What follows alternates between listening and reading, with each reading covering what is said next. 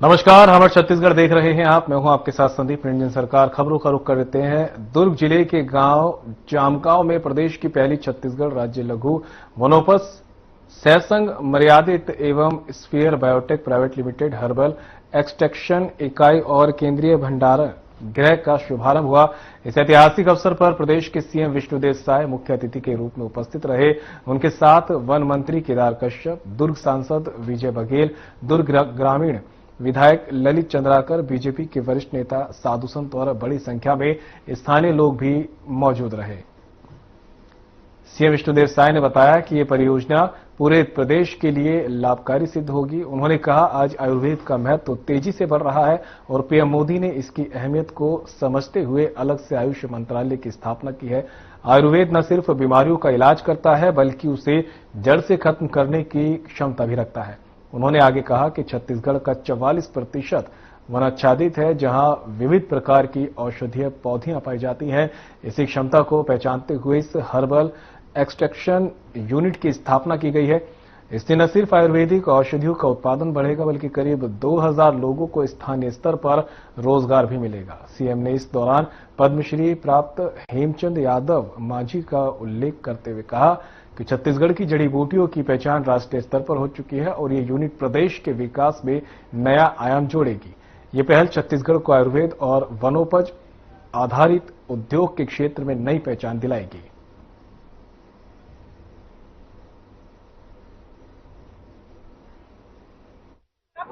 आदिवासी भाइयों को जो वनोपज संग्रहण करते हैं, किस तरीके से प्रदेश का पहला। देखिए, आज जामगांव एम की पवित्र धरती में आयुर्वेद औषधि इकाई और केंद्रीय भंडार गृह तथा स्पेयर बायोटेक का यहाँ पर शुभारंभ किए हैं और मैं समझता हूँ इससे पूरे प्रदेश को लाभ होगा। हम प्रदेश की जनता को इसके लिए शुभकामनाएं देना चाहेंगे। आज जिस तरह से आयुर्वेद का महत्व बढ़ रहा है और हमारे माननीय देश के यशस्वी प्रधानमंत्री भी इसकी महत्ता को समझकर अलग से आयुष मंत्रालय का गठन किए हैं और ये आयुर्वेद बीमारी को जड़ से समाप्त करता है। तो ऐसा यूनिट यहाँ पर आज शुभारंभ हो रहा है, जहाँ पर हमारा जो छत्तीसगढ़ प्रदेश है 44% भूभाग यहाँ वनों से आच्छादित है और तरह तरह के यहाँ पर औषधि हैं और यहीं के हमारे हेमचंद यादव मांझी जी हैं जो मतलब नारायणपुर के हैं, जिनको पिछले साल पद्मश्री का अवार्ड भी इसी आयुर्वेद को लेकर हुआ है। तो निश्चित रूप से 2000 तो लोगों को तो प्रत्यक्ष यहाँ पर रोजगार मिलेगा, लेकिन और भी कई हजार लोगों को जो जंगलों से हर्बल प्लांट कलेक्ट करके यहाँ पर लाएंगे, बेचेंगे, तो कई हजार लोग इससे लाभान्वित होंगे। तो छत्तीसगढ़ के विकास में एक नया आयाम आज जुड़ा। हर्बल प्रोडक्ट की बात होती है, पर हर्बल प्रोडक्ट जो है मार्केट में काफी महंगा बिकता है, आम लोगों के पहुंच से काफी दूर रह जाता है। अब देखिए, अब ज्यादा मात्रा में सब कुछ होगा तो सस्ता भी मिलेगा और सबको अवेलेबल भी होगा, लेकिन कई परिवार में वो सामर्थ्य नहीं होती है, लेकिन वो काम जो पिछली सरकार में बंद हो गया था उसको फिर शुरू किए हैं। मुख्यमंत्री तीर्थ यात्रा दत्तक योजना, इसमें हमारे पूरे बुजुर्ग भी इसका लाभ ले पाएंगे। तो जो भी मोदी की गारंटी में वादा था उसको पूरा किए हैं। हमारे वन मंत्री जी बता रहे थे कि हम लोग तेंदू पत्ता का कीमत 5,500 रुपया मानक पूरा किए हैं और जो बोनस वो भी प्रारंभ किए हैं। चरण पादुका योजना, सबको मालूम है कि आज 12 लाख 13 लाख परिवार तेंदू पत्ता से जुड़ा हुआ है और विशेषकर हमारे गांव के गरीब लोग जिनके पैरों में जूता चप्पल भी नहीं होता है, जंगलों में तेंदू पत्ता तोड़ने जाना पड़ता है। कई लोगों के पैर में कांटा खूंटी करता है, गैंग्रीन जैसे बीमारी हो जाती थी, पैर तक काटना पड़ता था। लेकिन हमारे जो 15 साल सरकार थी उस समय इकाई सहित गोदाम कुल 3 इकाई के लोकार्पण सवालों में हम सब लोगों का सौभाग्य है, मैं कहूंगा पूरे छत्तीसगढ़ के लिए सौभाग्य का विषय है कि इस अवसर पर हम लोगों के बीच में निरंजन पीठाधीश्वर श्री 108 आचार्य महामंडलेश्वर डॉक्टर स्वामी कैलासानंद गिरी जी महाराज उपस्थित हैं। मैं उनको सादर नमन करता हूं और आप सब लोगों से आग्रह करता हूं कि एक बार कर्तव्य ध्वनि से उनका स्वागत करें। और आज की इस अवसर में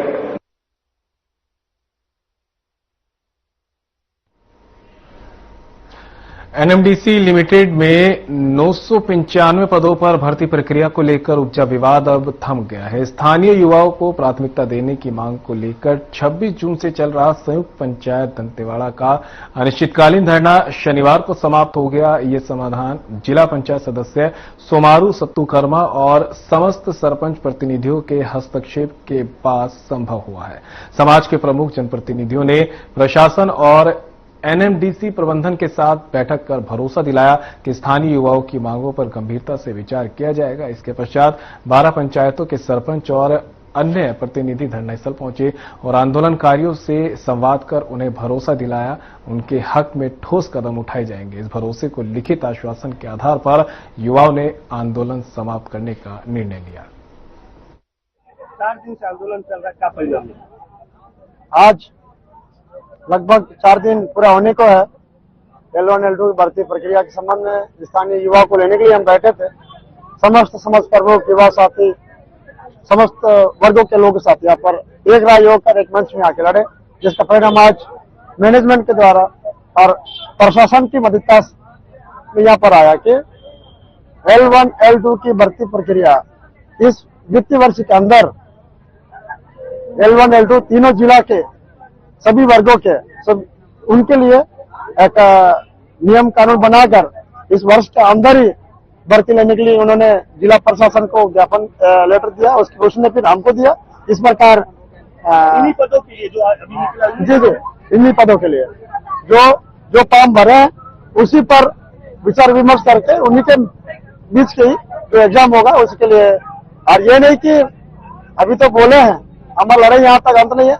हम उम्मीद करते हैं अच्छा पहल हुआ, पर आशा करता हूं कि बहुत जल्द से जल्द इसका रिजल्ट भी जिस दिन आएगा उस दिन हम और ज्यादा खुशी होगी, हमारी इस लड़ाई का अंत होगा। उसके बाद आगे और लड़ेगा। काफी लंबा समय नहीं ले लिया, आपको लगता नहीं 1 साल अभी आधा साल ही हुआ है?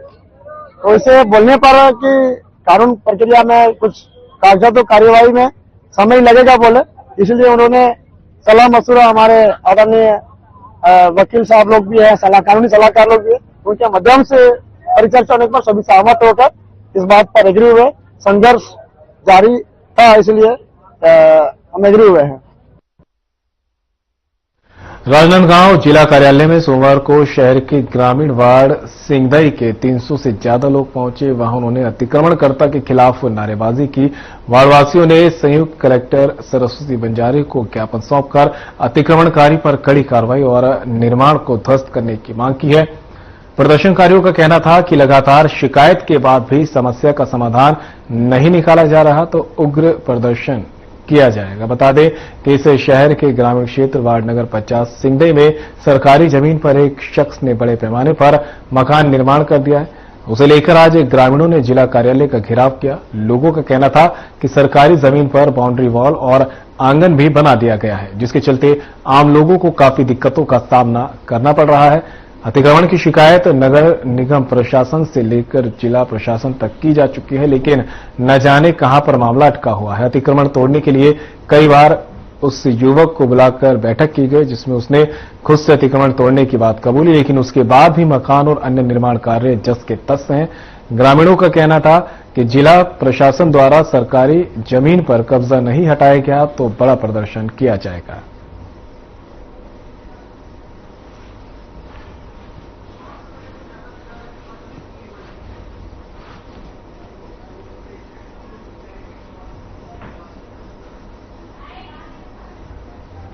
है क्या मामला, किस विषय को लेकर आए हैं? अतिक्रमण को हटाना है। तो कई बार गांव में बैठक भी मतलब करी से, लेकिन वो जो अतिक्रमण करत थे, जो मकान बना थे, मतलब मानिस भी नहीं बात ला।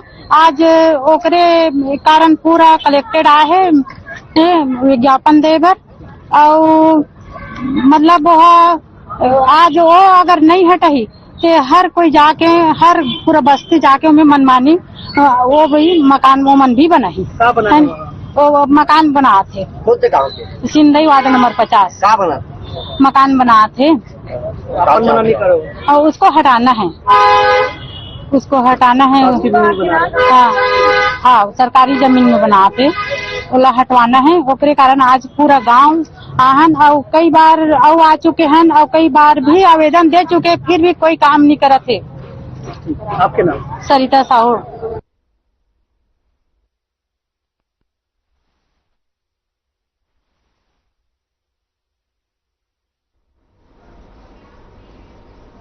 हरित भारत सुरक्षित भविष्य थीम पर आधारित नेशनल स्टूडेंट पर्यावरण प्रतियोगिता 2025 का आयोजन 1 जुलाई से 31 अगस्त तक किया जा रहा है। इसका उद्देश्य छात्रों और सामाजिक संगठनों में पर्यावरण संरक्षण को लेकर जागरूकता फैलाना और नवाचार को बढ़ावा देना है। प्रतियोगिता में पोस्टर, निबंध, विज्ञान मॉडल, भाषण, वाद विवाद, वृक्षारोपण जैसी कई गतिविधियां शामिल है। देश भर के स्कूल, कॉलेज, छात्र और संगठन इसमें भाग ले सकते हैं। सभी प्रतिभागियों को प्रमाण पत्र और उत्कृष्ट प्रतिभागियों को राष्ट्रीय स्तर पर सम्मान मिलेगा।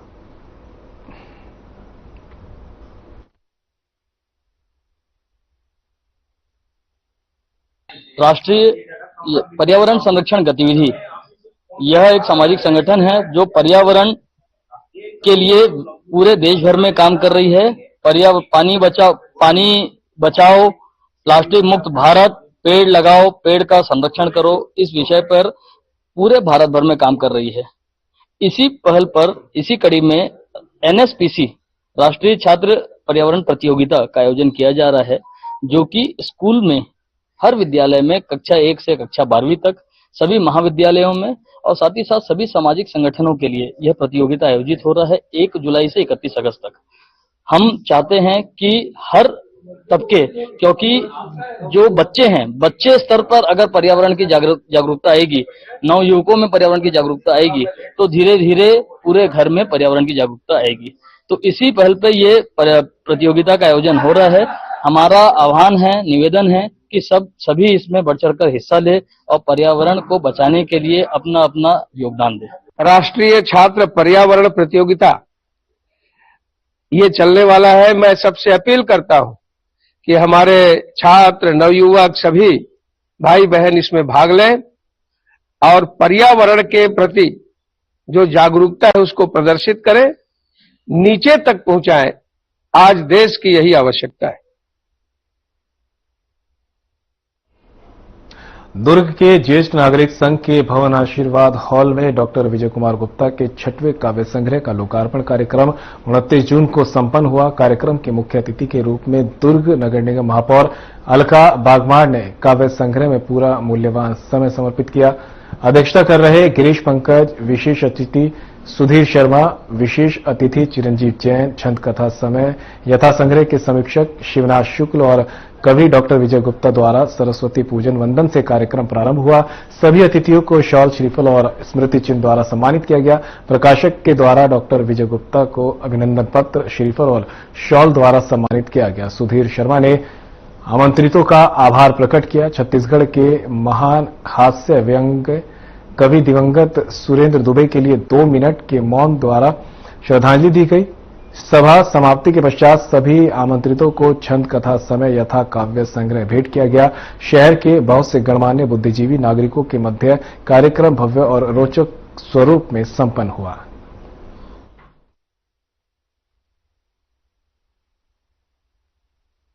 वास्तव में आप कह रहे हैं कि काव्य को भूल गए हैं। नया जो जनरेशन है सिर्फ मोबाइल तक सीमित रह गए हैं, पर मुझे लगता है कि जो काव्य है, अपने छंद हैं, उससे हमको बहुत महत्वपूर्ण जानकारी मिलती है, एक शिक्षा मिलता है। तो मुझे लगता है कि जो हमारे कवि जन हैं, उनसे मेरा निवेदन है कि कुछ ऐसी कविता लिखे जिससे लोगों के दिमाग में एक स्ट्राइक हो कि नहीं, हम कहाँ जा रहे हैं और हमको कहाँ जाना है। बच्चों के लिए भी एक विचार रखिए कि मोबाइल से दूर रहे, कि माँ बाप को भी लिखा है, इसके वास्तव में आज की डेट में देखिए, मोबाइल इतना ज्यादा हमारे जीवन में हावी हो चुका है कि हमारा जो क्षमता है, हर किसी में कुछ ना कुछ योग्यता होती है, वो योग्यता दिख नहीं रही है और इसकी वजह सिर्फ मोबाइल है।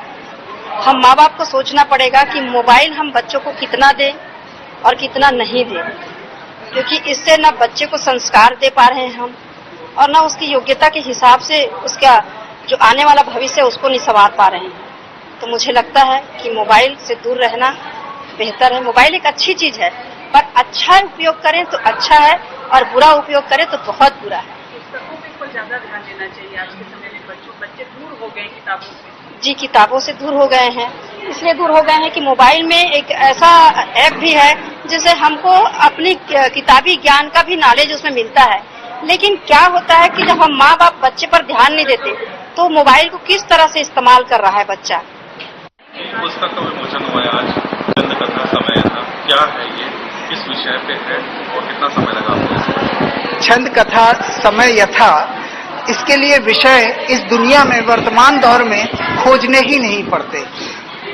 कहीं साजिश है, कहीं धोखा है, कहीं विश्वास है, कहीं आशा है, कहीं हर्ष है, कहीं धर्म है, कहीं कर्म है, उत्तरदायित्व है, मगर और हर एक विषय पर 4 लाइन के मुक्तक के माध्यम से छंदबद्ध मुक्तक 4 लाइन में जो अपनी पूरी कहानी कह देता है वो मैंने पेश किया है। ऐसे 325 मुक्तक हैं, घनाक्षरी हैं, कुंडलियां हैं। किस ये को ज्यादा अपने ध्यान में रखा है, महिलाओं को, पुरुष को, या किस वर्ग के लिए? ये हमने पूरे समावेशी है। हम हर एंगल से हर समय, चूंकि जब हम समाज में रहते हैं व्यक्ति बात करता है, व्यवहार, वक्तव्य, वक्त, ये 3 चीज के इर्द गिर्द वो अपना वक्तव्य देता रहता है। और मेरी एक तीसरी पुस्तक थी वक्त के वक्तव्य, यानी हमें जिस समय जो बात समझ लेना चाहिए था हमने उस समय वो बात नहीं समझी और इसलिए हम बाद में कहते हैं काश हमने ऐसा कर लिया होता, और वो बात वक्त के वक्तव्य बन जाती है। क्योंकि हम सनातन, हम व्यवहार गली, हम वक्तव्य गली, हम अपनी व्यवहार गली में चलकर लोगों के मुंह से निकले हुए शब्द को पकड़ते हैं और उसके भावनाओं को पकड़ते हैं और कविता करते हैं, ताकि आने वाली पीढ़ी, वो चाहे महिला हो चाहे वृद्ध हो, हम संस्कारों को उसमें खोजते हैं जो लुप्त हो रहे हैं। हम उसमें वो प्रोत्साहन देना चाहते हैं कि टेक्नोलॉजी कितनी भी बढ़ गई हो, कितने भी आप सुधारवादी बन गए हो, मगर अपनी जड़ों से अगर दूर हटोगे और पुस्तकों से दूर रहोगे और मोटिवेशन से दूर रहोगे और कविताओं से और उसके मर्म को नहीं जानोगे जो आदिकाल के कवि हैं, तो हम कैसे काम कर पाएंगे, हम कैसे जी पाएंगे। अपना परिचय। मैं डॉक्टर विजय कुमार गुप्ता, ये डॉक्टरेट की उपाधि मुझे ठावे विद्यापीठ से मेरे काव्य संग्रहों के प्रकाशन पर मिली है अक्टूबर में, अयोध्या में, झारखंड में, बिहार ठावे पीठ है। मैं पेशे से उद्योगपति हूँ। विजय इंडस्ट्रीज कोरोगेटेड पैकिंग बॉक्स की प्रथम यूनिट 1978 से मैं दुर्ग इंडस्ट्रियल एस्टेट में संचालन कर रहा हूं। महत्वपूर्ण बात यह है कि मेरे 3 बेटे हैं और मैंने तीनों बेटों को इस उद्योग से इसलिए दूर रखा कि ये आने वाली पीढ़ी, तुम खूब पढ़ाई करो, खूब अच्छे तरीके से सेटल हो, और ईश्वर ने वो काम कर दिखाया। मैं आज भी फैक्ट्री चला रहा हूं। मैं 3 तरह से सृजन करता हूं। फैक्ट्री में निर्माण कार्य है, सृजन है। मैं पेशे से जेसीज इंटरनेशनल में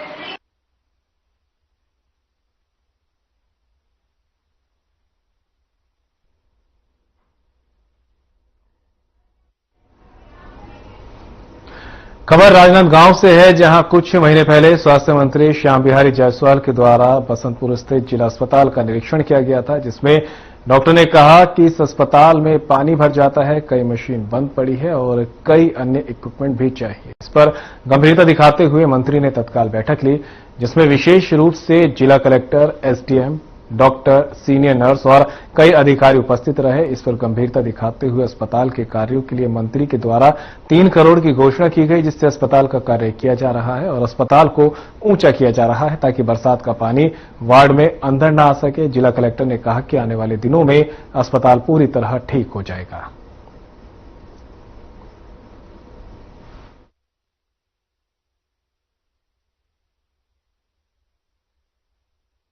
लगभग 3 करोड़ से अधिक की राशि जिला अस्पताल में जो पानी भरा होता था उसके लिए स्वीकृत हुई है। उसका काम जारी है। अभी लगभग 40% तक काम हो चुका है और ये अनुमान है कि आगामी 1 महीने के भीतर ये काम पूर्ण हो जाएगा। अभी तक पानी भराव की कोई स्थिति नहीं बनी है और ये पूरा, इसके अलावा आजू बाजू के परिसर के जितने भी नाले थे उसको भी हमने प्राथमिकता से साफ कराने का कार्य किया था। तो होपफुल है कि अच्छा रिजल्ट इस साल आएगा।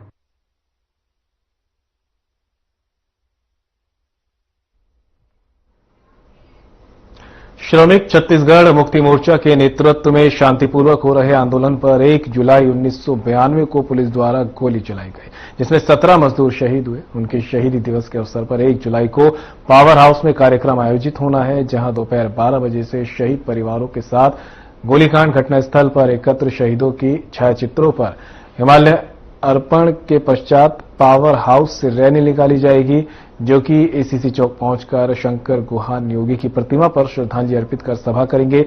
इसी संबंध में छत्तीसगढ़ मुक्ति मोर्चा द्वारा प्रेस वार्ता को विस्तार से जानकारी दी गई है। छत्तीसगढ़ मुक्ति मोर्चा द्वारा नए कर श्रम कोड बनाए गए हैं, जिसमें 8 घंटे की ड्यूटी को 12 घंटे किए जाने का भी विरोध किया गया।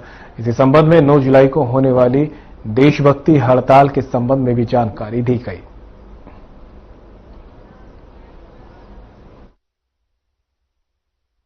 बाइकाट करके हमें मौका मिला है।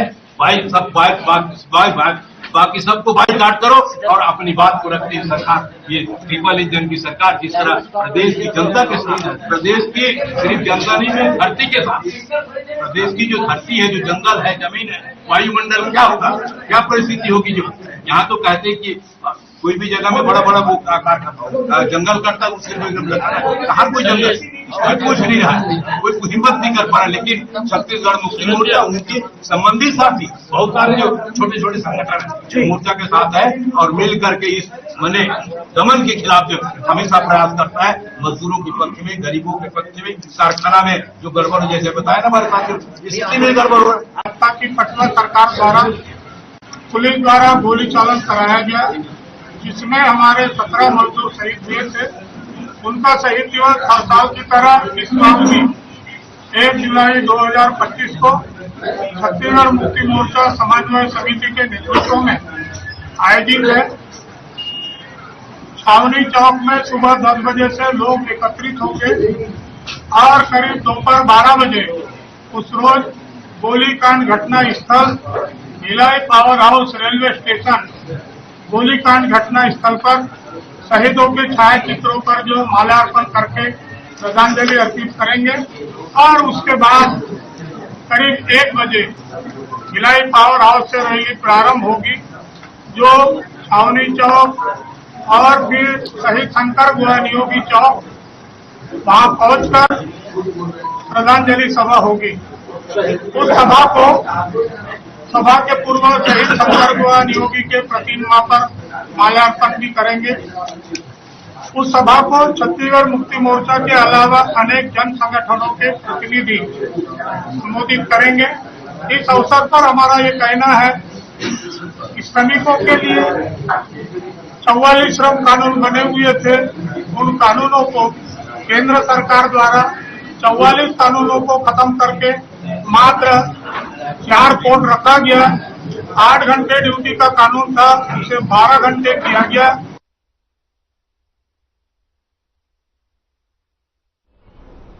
तो वहीं रॉयल किड्स कॉन्वेंट्स के छात्र मयंक साहू ने नीट परीक्षा में 1279वां रैंक हासिल कर जिले का नाम रोशन किया। मयंक की इस उपलब्धि पर सांसद संतोष पांडे ने उन्हें बधाई दी और एक मोमेंटो तथा पुष्प कुछ भेंट किया। सांसद संतोष पांडे ने मयंक को जीवन में बड़े लक्ष्य हासिल करने के लिए प्रेरित किया है। मयंक राजनांदगांव जिले में टॉपर रहे। मयंक के माता पिता प्रेमलाल साहू और जानकी साहू दोनों सरकारी स्कूल में शिक्षक हैं। वे अपने बेटे की इस उपलब्धि पर गर्व महसूस कर रहे हैं। शाला अध्यक्ष डॉक्टर सविता जेबी सिंह, उपाध्यक्ष अशोक चौधरी समेत कई लोगों ने इस उपलब्धि पर बधाई दी। वहीं मयंक की सफलता से न केवल उनके परिवार बल्कि पूरे जिले को गर्व महसूस हो रहा है। इस अवसर पर रॉयल किड्स कॉन्वेंट के एकेडमिक डायरेक्टर अभिषेक खंडेलवाल और बरसर आई के वैष्णव भी उपस्थित रहे। उन्होंने संतोष पांडे का आभार व्यक्त किया और उनके द्वारा मयंक को दिए गए आशीर्वाद और प्रोत्साहन के लिए धन्यवाद दिया।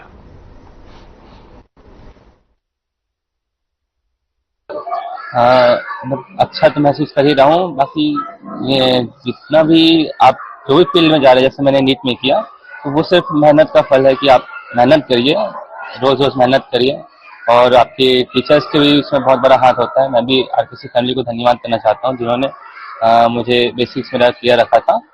मैं नर्सरी से 8 तक आरकेसी चुड़िया में पढ़ा हूँ, तो उसका भी मैं बहुत बहुत धन्यवाद करना चाहूँगा कि उनके मार्गदर्शन से मेरा हुआ है।